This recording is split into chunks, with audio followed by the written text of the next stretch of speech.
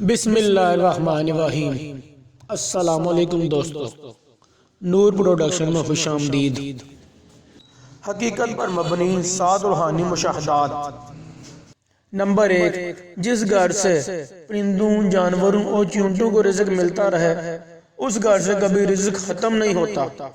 آپ تجربہ کر لیں، آپ پرندوں، بلیوں اور کتوں اور چیونٹوں کو کھانا دینا اور پانی ڈالنا شروع کر دیں، آپ کے گھر کا کچن کبھی بند نہیں ہوگا، آپ پر رزق کے دروازے کھلے رہیں گے۔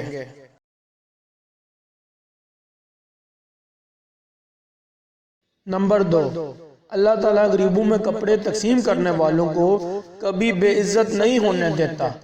آپ اگر چاہتے ہیں کہ آپ کے مخالفین آپ کو بے عزت نہ کر سکیں تو آپ غربا میں کپڑے تقسیم کرنا شروع کر دیں۔ بالخصوص آپ غریب بچیوں کو لباس اور چادریں لے کر دینا شروع کر دیں، آپ مرنے کے بعد تک باعزت رہیں گے۔ آپ کا بڑے سے بڑا مخالف بھی آپ کی بے عزتی نہیں کر سکے گا، چنانچہ آپ لوگوں کی ستر پوشی کا بندوبست کریں، اللہ آپ کی برہنگی ڈانپ دے گا۔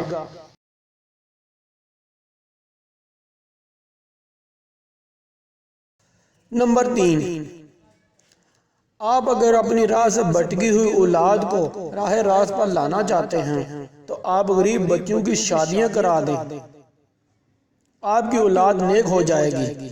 آپ تجربہ کر کے دیکھ لیں، آپ غریب بچوں کی شادی کرائیں، آپ انہیں گھر میں آباد کرائیں، آپ اپنی اولاد پر اس کے اثرات دیکھیں گے اور یہ اثرات آپ کو حیران کر دیں گے۔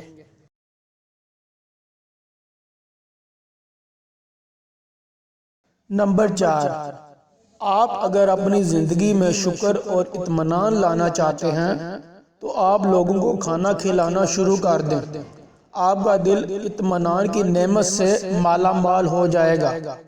آپ کو اولیاء کرام کی ذات میں اطمینان نظر آتا ہے، یہ اطمینان تواضع کی دین ہے۔ آپ بھی متواضع ہو جائیں، آپ کی زندگی سے لالچ کم ہو جائے گا، آپ مطمئن ہو جائیں گے۔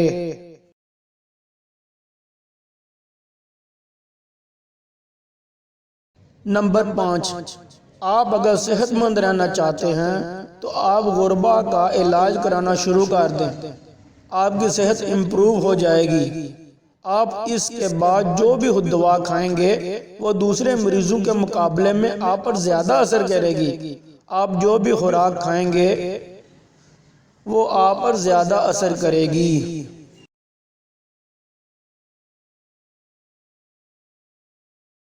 نمبر 6، اگر آپ ڈپریشن کا شکار ہیں تو آپ دوسروں کے لیے ٹھنڈے پانی کا بندوبست کریں، کنواں کھدوا دیں، غریب کے گھر موٹر لگوا دیں یا پھر گھر کے سامنے ٹھنڈے پانی کا کولر رکھ دیں، آپ کا ڈپریشن ختم ہو جائے گا۔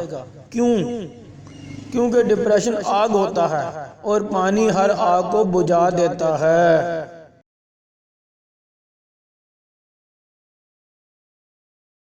نمبر 7، آپ اگر طاقتور ہونا چاہتے ہیں تو آپ سادگی اختیار کر لیں، دنیا کا کوئی فرعون آپ کا مقابلہ نہیں کر سکے گا۔